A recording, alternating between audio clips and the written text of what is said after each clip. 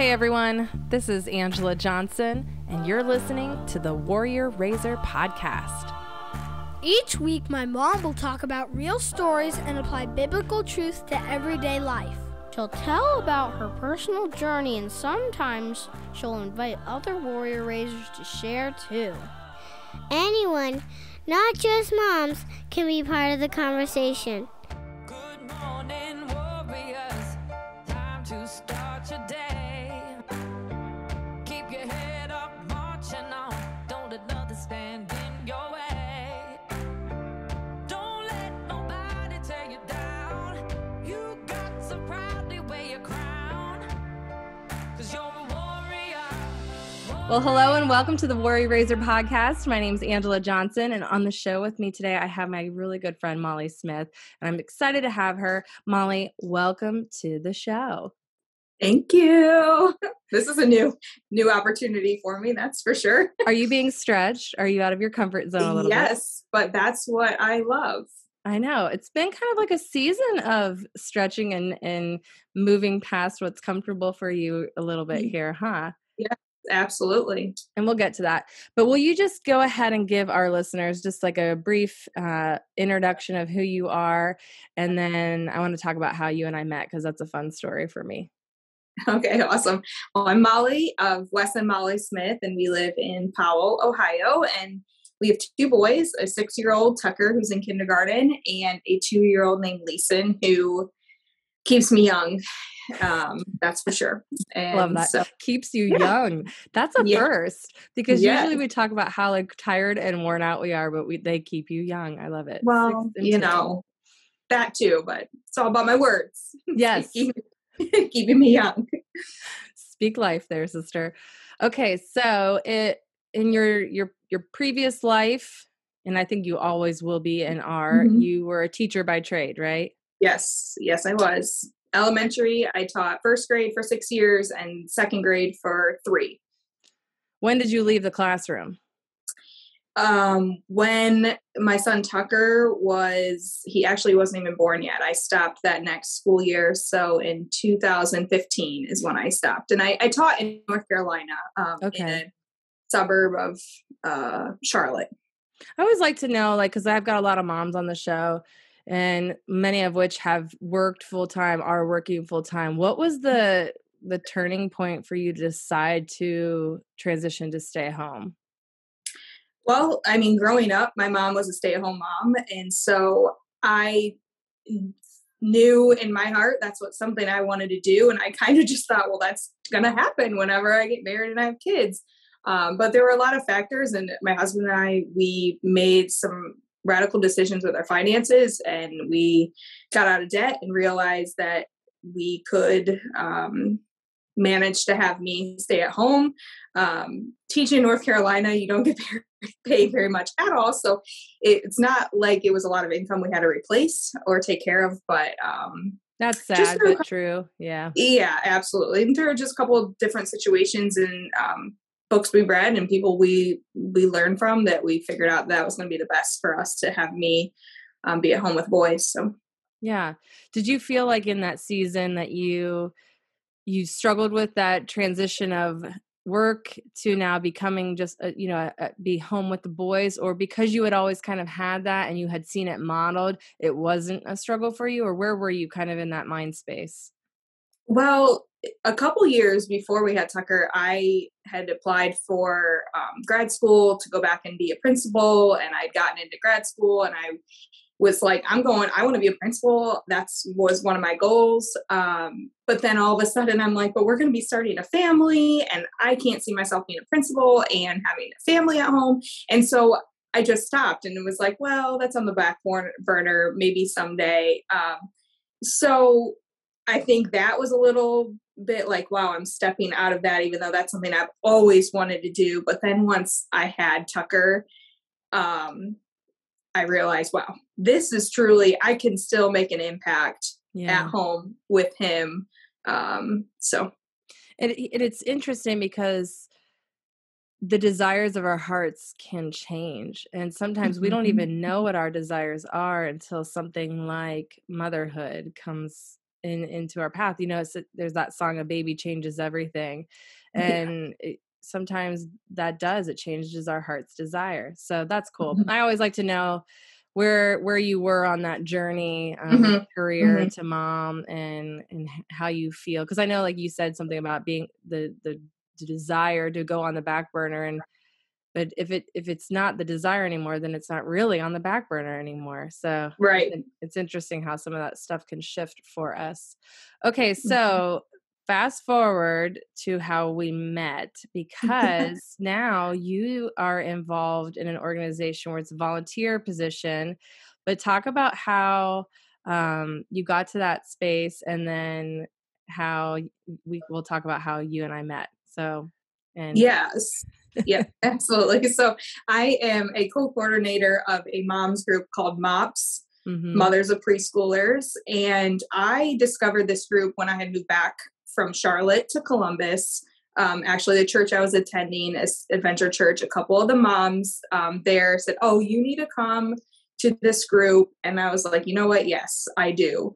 Even though Tucker was still young, it was still not the easiest thing to get out on a Friday morning or any Right. morning. Show up with people two girls I knew, but the rest of the people I didn't.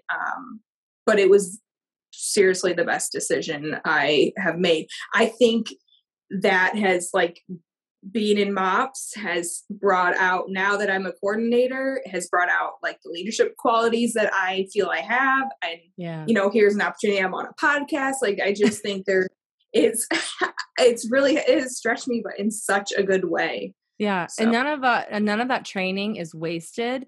None mm-mm, of the time spent getting your degree in the classroom where you were teaching was wasted, because God just uses it all, and he just mhm, repackages it, and now you're just doing kingdom work. And I mhm, don't know if you feel this way, but of the volunteer positions that I've had, if it's been kingdom minded, sometimes it's been just so exponentially rewarding that um it's not without work, or it's not without effort, but it has been just so life-giving, and I have mhm. been blessed to be a blessing. So I don't know if you feel like that, and you step into ministry, it can be tough.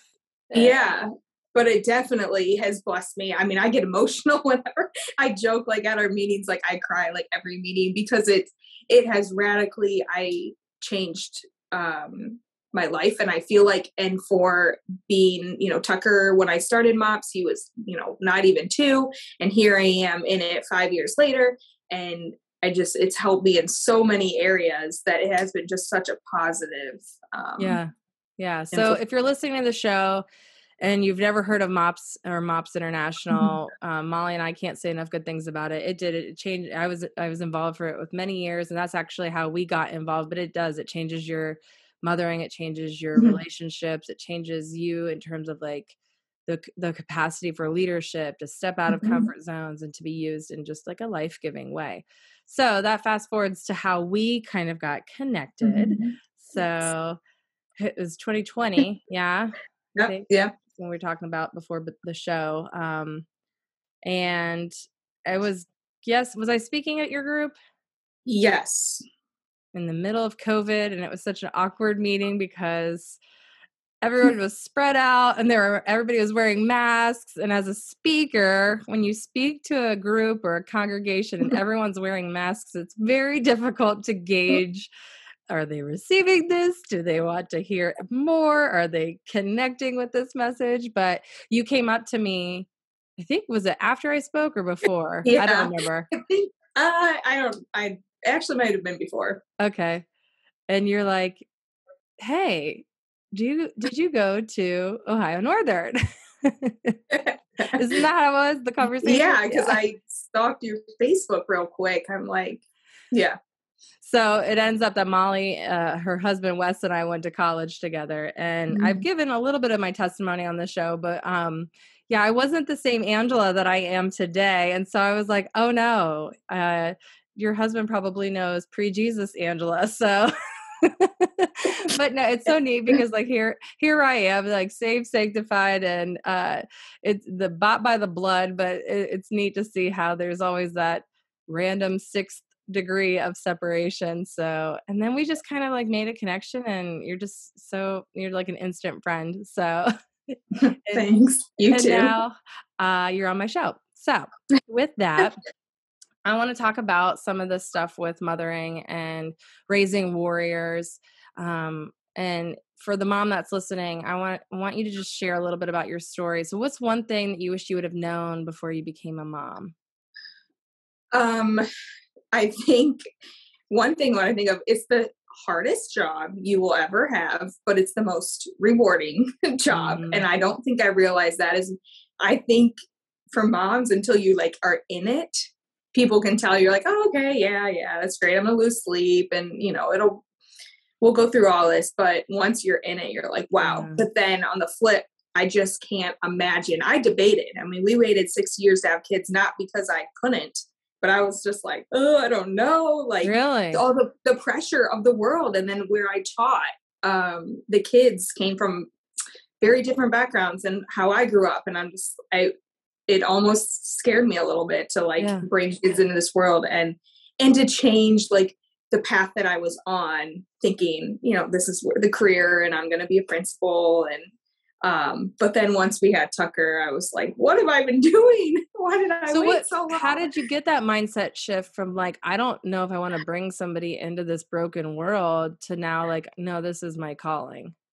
Um, I think I watched my sisters have kids. So then I was like, okay, they can do this. And I am best friends with my sisters. So I was, watching them. And some days though, that was the negative because I was like, oh my gosh, like I can leave these kids and not have to bring them home. That's true. That's true. But I was just kind of like not getting any younger. And I was like, no, I do want a child. I do. And then obviously once we had Tucker and I became pregnant, there was no looking back on that. Well, and Um, we talked a little bit about this before the show, but you said something how you surround yourself with people and you're not afraid to ask for help.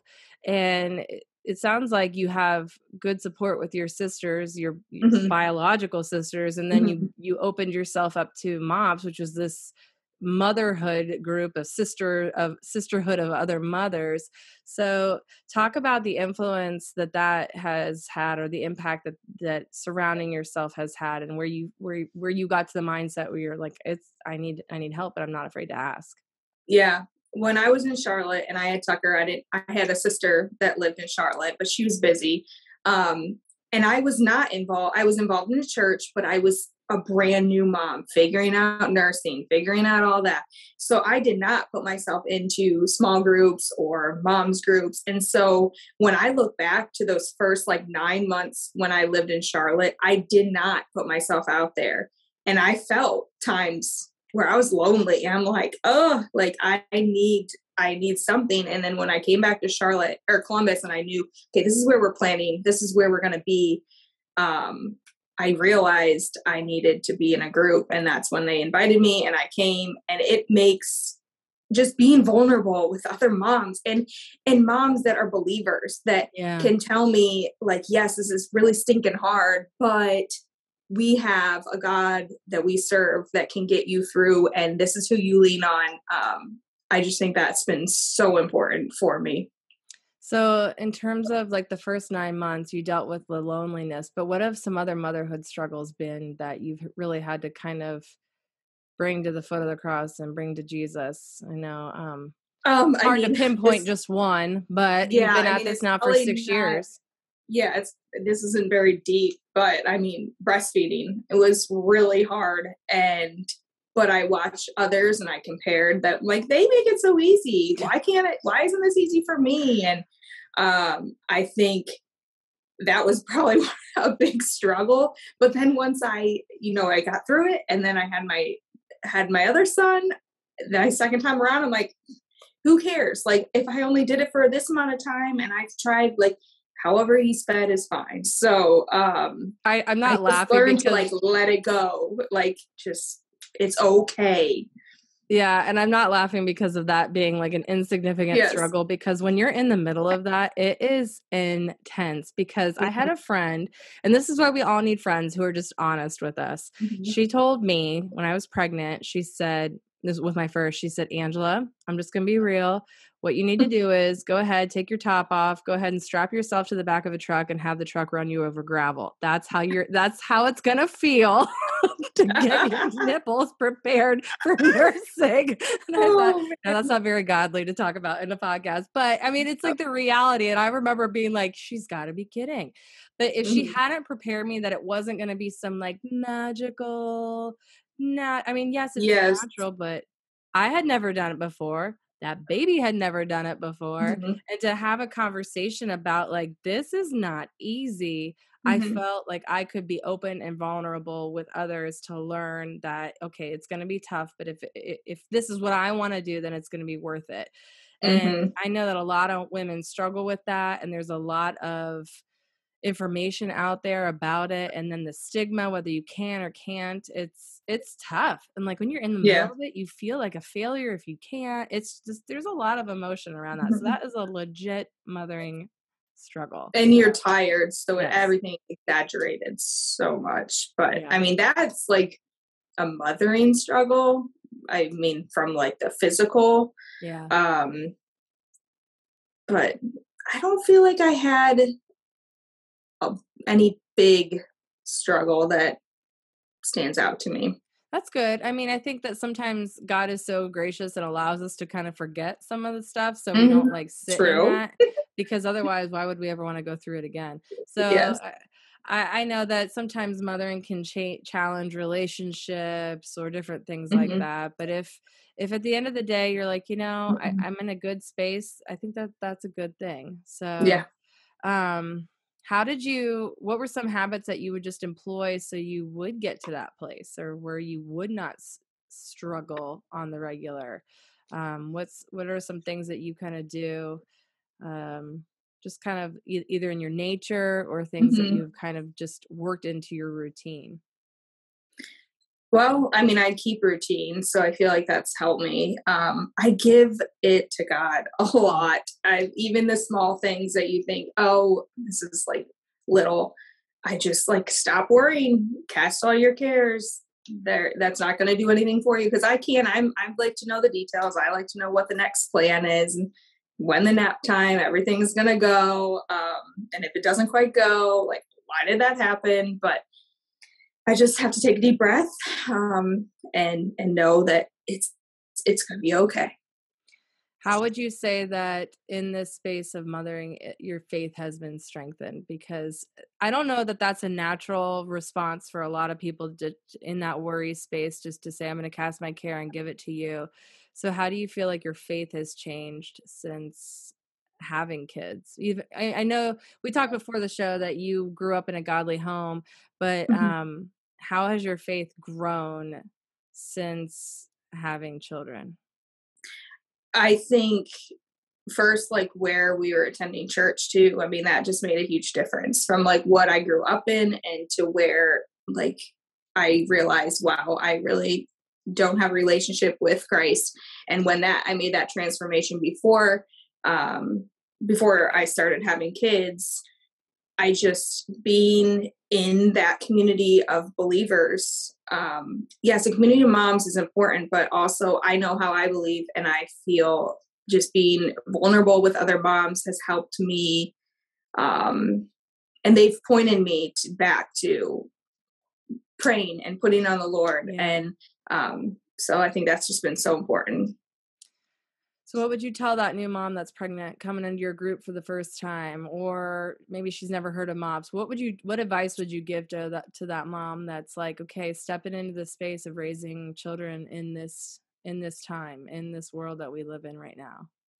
Yeah, I mean, I think about like even now, like deciding, where my son was going to go to school and all that, but like the world to the outside is falling apart, but Yeah. we know it's not. And we know, what we are part of the kingdom and we're not part of this world and that it's going to be okay. Those days are really long, but the years are short. And um, just staying in community with other believers and other moms that have been there, and that can lift you up, and don't be afraid to ask for help. Like, Yeah.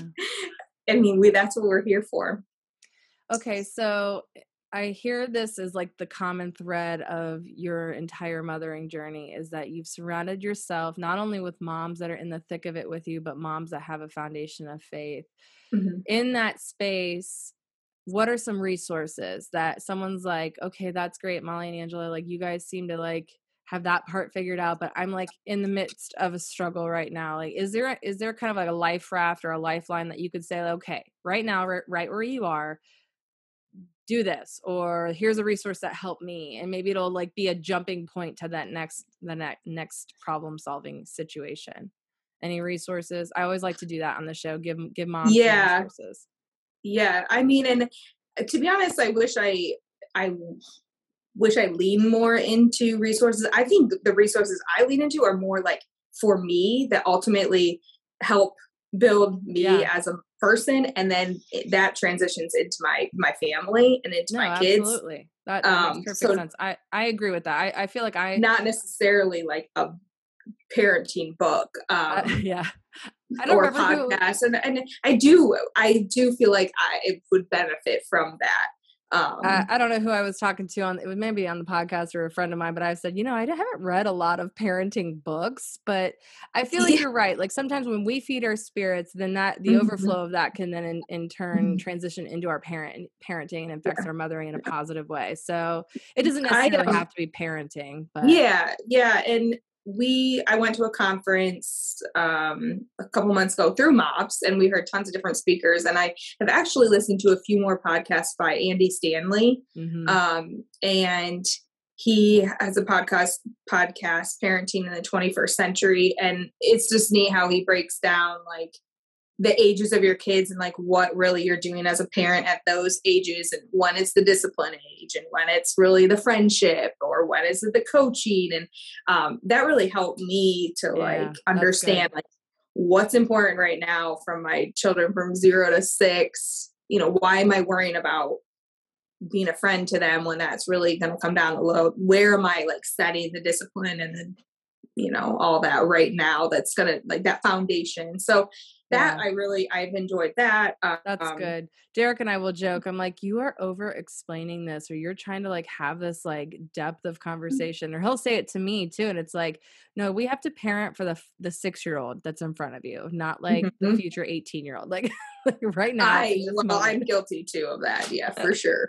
Okay. So in terms of like making space for you, how do you get refreshed? How do you find that renewal? How do you recharge in this day to day, in the grind of momming, in the grind of getting people dressed, feeding 3 meals a day, tying other people's shoes, wiping butts? Like what do you do to get to get refreshed?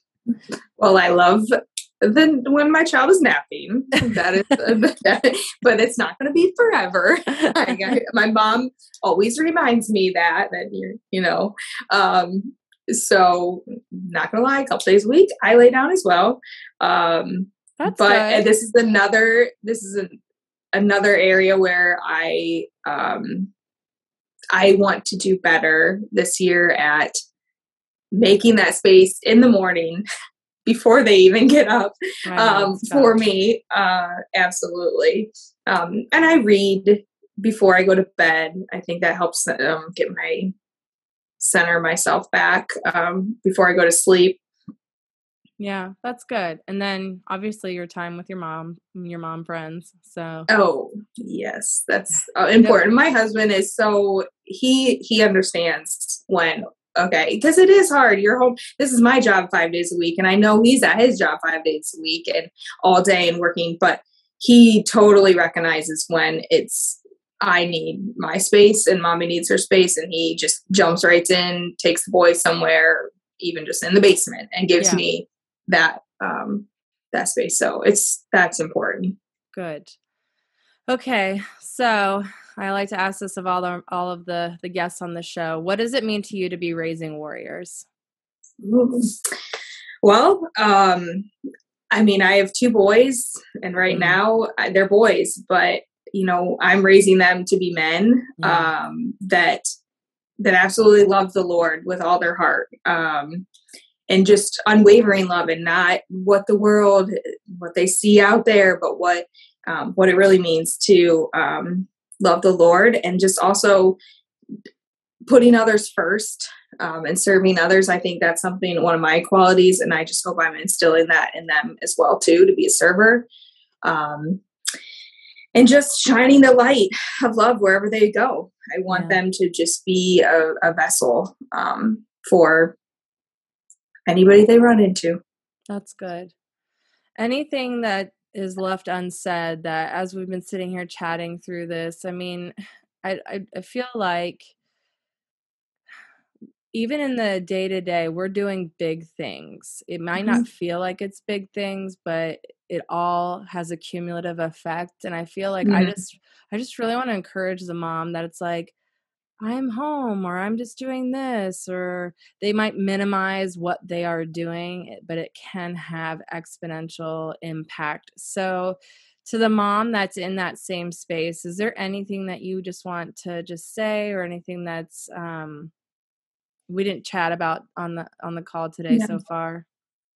I mean, just like you said, we are doing big things, even though seems so mundane days in and days out. But like, our kids, they are going to be the leaders of this country someday, and they're not going to always have me like controlling the movements. And so I think it's just, as much as you think it is like, does it really matter? Yes, it does matter what we're doing right now, what we're pouring into them, how we're speaking over them.